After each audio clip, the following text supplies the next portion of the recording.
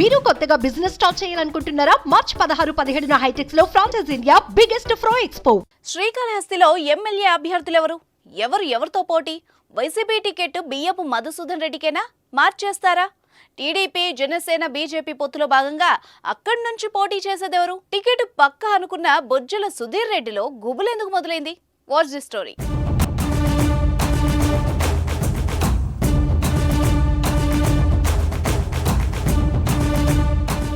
AP రాష్ట్ర రాజకీయాలు శరవేగంగా మారుతున్నాయి. ఎన్నికల సమయం దగ్గరకొస్తున్న కొద్దీ ఖరారు కాని సీట్లపై అభ్యర్థులు మల్లగుల్లాలు పడుతున్నారు. టీడీపీ, జనసేనతో పాటు బీజేపీ జతకట్టడంతో ఇప్పుడు కొన్ని నియోజకవర్గాల్లో రాజకీయం హీటెక్కింది. అలాంటి నియోజకవర్గాల్లో ఉమ్మడి చిత్తూరు జిల్లాలోని శ్రీకాళహస్తి ఒకటి. బీజేపీతో పొత్తు తర్వాత ఇక్కడ పాలిటిక్స్ రంజుగా మారాయి.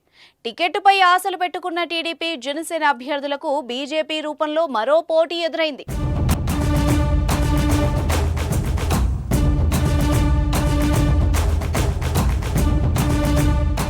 శ్రీకాళహస్తిలో టీడీపీ అభ్యర్థిగా పోటీ చేయాలని బొజ్జల సుధీర్ రెడ్డి భావిస్తున్నారు. అధిష్టానం కూడా ఆయనకే టికెట్ ఇస్తుందని ఆయన వర్గం ప్రచారం చేస్తోంది. మాజీ ఎమ్మెల్యే ఎస్సీవీ నాయుడు కూడా టికెట్ ప్రయత్నాలు చేస్తున్నారు.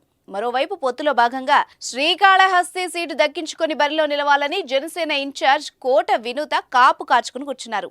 ఎవళ్లకు వాళ్లే టికెట్ పై ఆశలు పెట్టుకున్నారు. ఇంతలోనే బీజేపీతో పొత్తు ఖరారు కావడంతో కొత్త సమస్య వచ్చి పడింది. పొత్తులో భాగంగా శ్రీకాళహస్తి సీటును బీజేపీకి కేటాయిస్తారన్న ప్రచారం ఊపందుకుంది. బీజేపీ తరపున కోల ఆనంద్ బరిలో నిలుస్తారని వార్తలొస్తున్నాయి.